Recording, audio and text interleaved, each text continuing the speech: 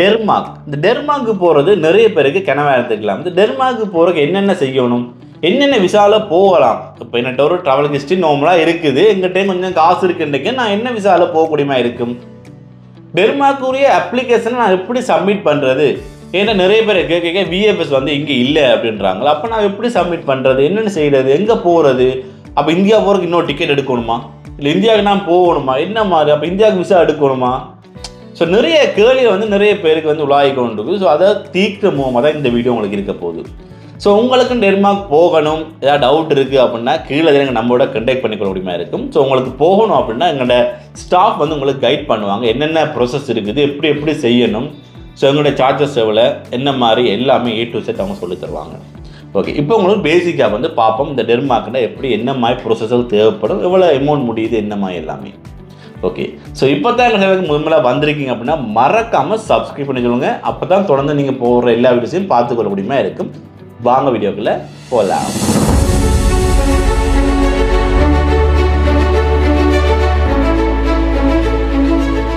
இலங்கை பிரஜைகளுக்கு பார்த்தீங்கன்னா கொஞ்சம் செங்கங்கண்டி விசா கிடைக்கிறது குறைவு. ஒர்க் விசா வந்தால் கிடைச்சி கொள்ளுது. இதுவே விசிட் விசா, டூரிஸ்ட் விசான்னா கொஞ்சம் டஃப் தான். பட் நாங்கள் பெர்ஃபெக்டாக டாக்குமெண்ட் செஞ்சோம் அப்படின்னா விசா வந்து ஈஸியாக கிடைக்கும். ஸோ எங்களோட சைடில் டாக்குமெண்ட்ஸில் நான் தவற விட்டுட்டு எங்களுக்கு விசா கிடைக்கலன்னு சொல்கிறதில்ல பிரயோசனம் இல்லை. ஸோ உங்களோட சைடில் நீங்கள் டாக்குமெண்ட்ஸ் A to Z செஞ்சே ஆகணும். எந்த டாக்குமெண்ட்ஸுமே இந்த டாக்குமெண்ட்ஸ் எனக்கு தேவைப்படாது, இதெல்லாம் பார்க்க மாட்டாங்க, இதெல்லாம் ஏன் போடுவான் அப்படிலாம் யோசிக்காமல் எல்லா டாக்குமெண்ட்ஸும் A to Z நீங்கள் போடணும். A to Z போடணுன்றக்காண்டி நீங்கள் வந்து லெவலான டாக்குமெண்ட்ஸ் வந்து போட இயலாது. ஸோ டாக்குமெண்ட்ஸ் வந்து நீங்கள் சப்மிட் பண்ணுற பர்பஸுக்கு உங்களோட டாக்குமெண்ட்ஸ் வந்து சரியாக பொருந்துற மாதிரி டாக்குமெண்ட்ஸ் கொடுத்தீங்கன்னா உங்களுக்கு விசா கிடைக்கிற விதம் கூடவே இருக்கும். ஸோ அப்போவும் விசா கிடைக்கிற விதம் கூடவா தான் இருக்கும். ஏன்னா ஃபைனல் டிசிஷன் வந்து விசா ஆஃபீஸர் எடுக்கிறது தான். ஸோ உங்களோட சைடில் நீங்கள் செய்யக்கூடிய என்னென்னு பார்த்தீங்கன்னா 100% ஒரு டாக்குமெண்ட்டை பெர்ஃபெக்ட் பண்ணி அப்ளை பண்ணுறது. ஸோ அங்கால விசா ஆஃபீஸர் அந்த டாக்குமெண்ட்டை பார்த்து உங்களை அனலைஸ் பண்ணி போட்டு உங்களுக்கு விசா கொடுப்போமா வேண்டாமான்னு முடிவு பண்ணுவார். டென்மார்க்குரிய விஎஃப்எஸ் ஸ்ரீலங்கால இருக்குதா. ஸோ நான் டென்மார்க்குரிய அப்ளிகேஷனை நான் இங்கே வந்து சப்மிட் பண்ணலாமா இலங்கையில் எங்கேயாவது. ஸோ விஎஃப்எஸ் நான் தெரிஞ்சிருக்கும், அது ஒரு தேர்ட் பார்ட்டி உண்டு. நீங்கள் உங்களோட டாக்குமெண்ட்ஸை எம்பசியில் கொண்டு சேர்க்கிறது தான் விஎஃப்எஸ். ஓகே, ஆனால் அந்த விஎஃப்எஸ் பார்த்தீங்கன்னா டென்மார்க்குரிய விஎஃப்எஸ் இலங்கையில் இல்லை. அப்போ நாங்கள் என்ன செய்யலாம். ஸோ டென்மார்க்குரிய விஎஃப்எஸ் எங்கே இருக்குது பார்த்தீங்கன்னா நியூ டெல்லியில் இருக்குது. ஸோ நியூ டெல்லி என்னென்னா நாங்கள் வந்து இன்னும் டிக்கெட் போடணுமா, விசா எடுக்கணுமா, இந்தியா போகிறதுக்கு நிறைய கேள்விகள் வந்து மனசுக்கு ஓடிக்கொண்டே இருக்கும். அப்படி எதுவுமே செய்ய தேவையில்லை. அது உங்களுக்கு அனாவசியம் செலவு. ஏன்னா நீங்கள் ஒருக்கா சப்மிட் பண்ணுறதுக்கு போகணும், பிறகு நீங்கள் விசா கலெக்ட் பண்ணுறதுக்கு போகணும். அப்போ என்ன செய்யலாம்னு பார்த்தீங்கன்னா உங்களுக்கு வந்து இங்கே ஸ்ரீலங்காலேயே பார்த்தீங்கன்னா நீங்கள் நியூ டெல்லிக்கு போகாமல் செய்யக்கூடிய வசதிகள் இருக்குது. ஸோ கொழும்புல நோர்வேக்குரிய விஎஃப்எஸ் இருக்குது. இந்த விஎஃப்எஸ் பார்த்தீங்கன்னா உங்களுக்கு இந்த சர்வீஸை செய்கிறாங்க. ஸோ இதுக்கு நீங்கள் அடிஷனலாக எதுவுமே பே பண்ண அவசியம் கிடையாது. பட் அவங்க இந்த சர்வீஸை செய்கிறாங்க. ஓகே, நார்மலாக இந்த டென்மார்க் விசாக்கு எவ்வளோ கோஸ்ட் ஆகும். ஸோ செங்கன் கண்ட்ரியில் நீங்கள் எந்த நாட்டுக்கு போனாலும் €90 முடியும் அடல்ட்டுக்கு. ஸோ அதை மறந்துடாதீங்க. சைல்டுக்கு ஒரு பேமெண்ட் இருக்குது, ஐ திங்க் €45 வரும். ஸோ உங்களை நான் டிஸ்பிளேல ஷோ பண்ணுறேன்னு பாருங்கள். ஸோ இந்த பேமெண்ட் வந்து நார்மலாக வந்து செங்கன் கண்ட்ரியில் எல்லா நாட்டுக்குமே இதுதான் பேமெண்ட் வந்து கூட வருது. ஓகே, ஸோ இந்த €90 நாங்கள் எங்கே பே பண்ணணும்னு பார்த்தீங்கன்னா சில அப்ளிகேஷனில் நீங்கள் அப்ளை பண்ணிக்க பே பண்ண வேண்டியதாக இருக்கும். சில அப்ளிகேஷனில் பார்த்தீங்கன்னா விஎஃப்எஸ்சில் போயிட்டு நீங்கள் பே பண்ண வேண்டியதாக இருக்கும். ஸோ இதில் 2 பேர் குழம்புவீங்க. விஎஃப்எஸ்சில் போயிட்டு நான் €90 பே பண்ண போய்க்கு அங்கே எக்ஸ்ட்ரா ஒரு 5,000 6,000 சார்ஜ் பண்ணுறாங்க. அது என்னதுக்கு அப்படின்ட்டு அது வந்து விஎஃப்எஸ்சிலே சார்ஜஸ் வந்து நீங்கள் விஎஃப்எஸ்சில் கொண்டு டாக்குமெண்ட்ஸ் கொடுக்குறதுக்கும் விஎஃப்எஸ் வந்து உங்களோட டாக்குமெண்ட்ஸ் வந்து எம்பசிட்ட ஹேண்ட் ஓவர் பண்ணுறதுக்கும் ஒரு சார்ஜஸ் ஆட் பண்ணுவாங்க. ஐ திங்க் 5,000 சம்திங் ஆட் பண்ணுவாங்க. இதை விட நீங்கள் வந்து லோன்ச் எதுவும் வேணும்னு ரிக்வஸ்ட் பண்ணியிருந்தீங்கன்னா அதுக்கு ஒரு பெரிய பேமெண்ட் ஆட் பண்ணுவாங்க. இல்லை உங்களுக்கு ஃபோட்டோபி அடிக்கிற வசதி வேணும்னு கேட்டிருந்தீங்கன்னா அதுக்கு ஒரு பேமெண்ட் ஆட் பண்ணுவாங்க. எஸ்எம்எஸ் பார்த்தீங்கன்னா அதுக்கு ஒரு பேமெண்ட். அதாவது உங்கள் டாக்குமெண்ட் எங்கெங்கே போய்க்கொண்டு இருக்குது அந்த எஸ்எம்எஸ் சர்வீஸுக்கு ஒரு பேமெண்ட். அதே போல் பார்த்தீங்கன்னா உங்களுக்கு ஃபார்ம் ஃபில்லிங் தேவைன்னு ரிக்வஸ்ட் பண்ணியிருந்தீங்கன்னா ஃபார்ம் ஃபில்லிங் ஒரு பேமெண்ட். இதே போல் பார்த்தீங்கன்னா உங்களோட கொரியர் சர்வீஸ், உங்களோட பாஸ்போர்ட் வந்து நீங்கள் திருப்பி கலெக்ட் பண்ண போக தேவையில்லை, உங்களோட கொரியரில் உங்களோட வீட்டுக்கே வரும், அது தேவை அப்படின்ட்டு பார்த்தீங்கன்னா அதுக்கு ஒரு சர்வீஸ். இப்படி சர்வீஸ் வந்து அட் ஆகி கொண்டிருக்கும். இது வந்து ஆப்ஷனல் தான். உங்களுக்கு தேவைன்னா நீங்கள் எடுத்துக்கொள்ளலாம், இல்லைன்னா எடுக்க தேவையில்லை. இல்லாட்டி நீங்கள் நார்மலாக 5,000 சம்திங் அதை நீங்கள் பேமெண்ட் வந்தால் சரி. இந்த சர்வீஸ் எடுக்க உங்களுக்கு எக்ஸ்ட்ராவாக காசு வந்து அட் ஆகிக்கொண்டே போகும். ஓகே, இப்போ உங்களுக்கு விளங்கியிருக்கும் பிஎஃப்எஸ்ல எப்படி சப்மிட் பண்ணுற அப்படின்னு. ஓகே, இப்போ நம்ம விட்டுட்டோம். ஸோ €90 வந்து உங்களுக்கு கோஸ்ட் ஆகுதுன்னு சொல்லிட்டு. ஸோ €90 மட்டுமே உங்களுக்கு கோஸ்ட் ஆகும். ஒரு அப்ளிகேஷன் நீங்கள் வந்து அப்ளை பண்ணுறீங்கன்னா உங்களுக்கு €90 மட்டும் கோஸ்ட் ஆகும்னா கிடையாது. ஸோ €90 கோஸ்ட் ஆகும்.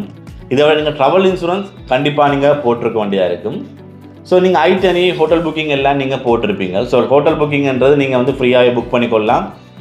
உங்களுக்கு வந்து உங்களோட கார்ட்டை வச்சு நீங்கள் வந்து ரிசர்வ் பண்ணிக்கொள்ள முடியுமா இருக்கும். புக்கிங் மீன் ரிசர்வ் பண்ணிக்கொள்ள முடியுமா இருக்கும். ஆனால் ஐட்டனையும் பார்த்தீங்கன்னா சில ஐட்டனை வந்து நீங்கள் ரிசர்வ் பண்ணலாம், சில ஐட்டனை வந்து நீங்கள் பே பண்ணிட்டு தான் ஆகணும். இப்போ நாங்கள் கிரிக்கெட் மேட்ச் வந்து சில நாடுகளுக்கு நாங்கள் டூரிஸ்ட்டில் போடக்க நாங்கள் புக் பண்ணுறோம். ஸோ அப்படி புக் பண்ணிக்க அந்த நாட்டுக்குரிய கிரிக்கெட் மேட்சுக்குரிய டிக்கெட்டை வந்து கன்ஃபார்ம் பண்ணி பே பண்ணி புக் பண்ணுறோம். சேம் ஃபுட்பால் நிறைய நாடுகளுக்கு போடுறோம். ஸோ அந்த நாட்டில் ஃபுட்பால் மேட்ச் போகுது, அந்த நாட்டில் பார்க்க போய்க்க அந்த ஃபுட்பால் மேட்சுக்குரிய பேமெண்ட்டை நான் கண்டிப்பாக வந்து பே பண்ணி எடுத்துக்கொள்கிறோம்.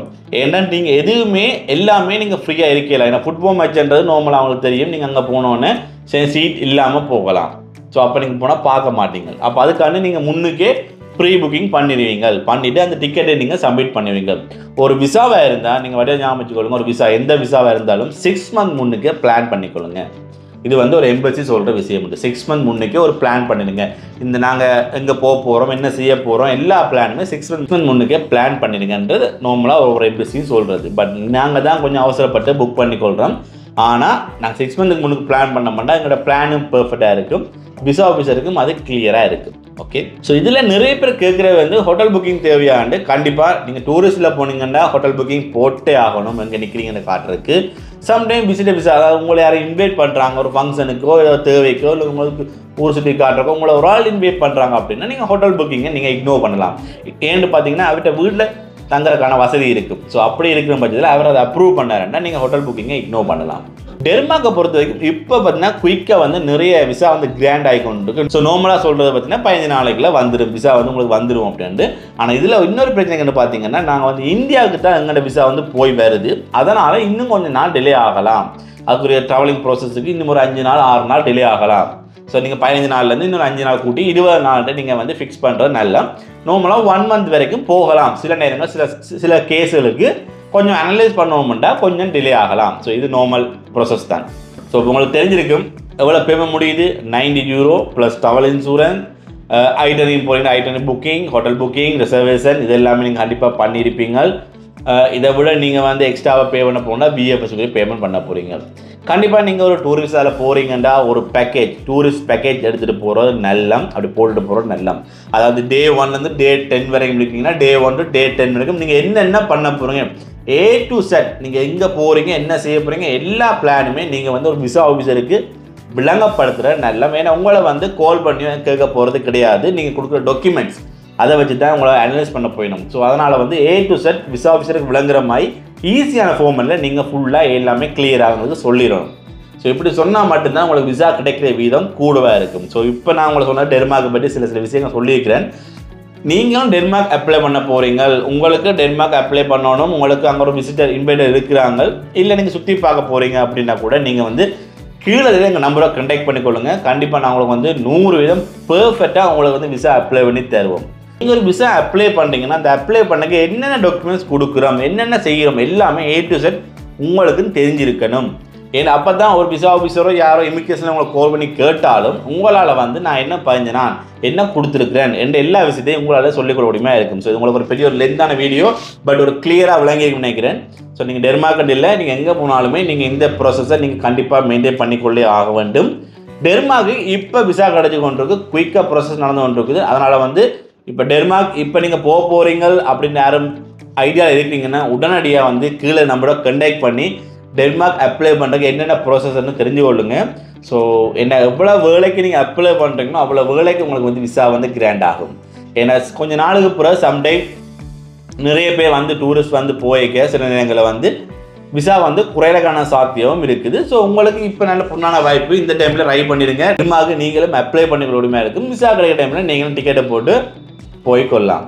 ஸோ இன்னொரு விஷயம் நல்லா தெரிஞ்சு சொல்லுங்கள். செகண்ட் கண்ட்ரியில் ஒரு நாட்டுக்கு விசா எடுத்துட்டீங்கன்னா நீங்கள் அதில் இருக்க எல்லா நாட்டுக்குமே லீகலாக போகலாம். கண்டிப்பாக போர்டரில் செக்கிங் போடுவாங்க. பட் நீங்கள் லீகலாக இன்னொரு நாட்டுக்கு விசா எடுத்து கூட ஈஸியாக முறையிலே போய்க்கலாம் ஒரு நாட்டுக்கு விசா இருந்தால். ஸோ இந்த வீடியோ பிடிச்சிருந்தா மறக்காமல் லைக் பண்ணிக்கொள்ளுங்க. உங்களோட கருத்துக்களை கீழே கமெண்ட் பண்ணுங்கள். மேலே தகவல் தேவைப்பட்டால் கீழே கமெண்ட் செக்ஷனில் பதிவிடுங்க.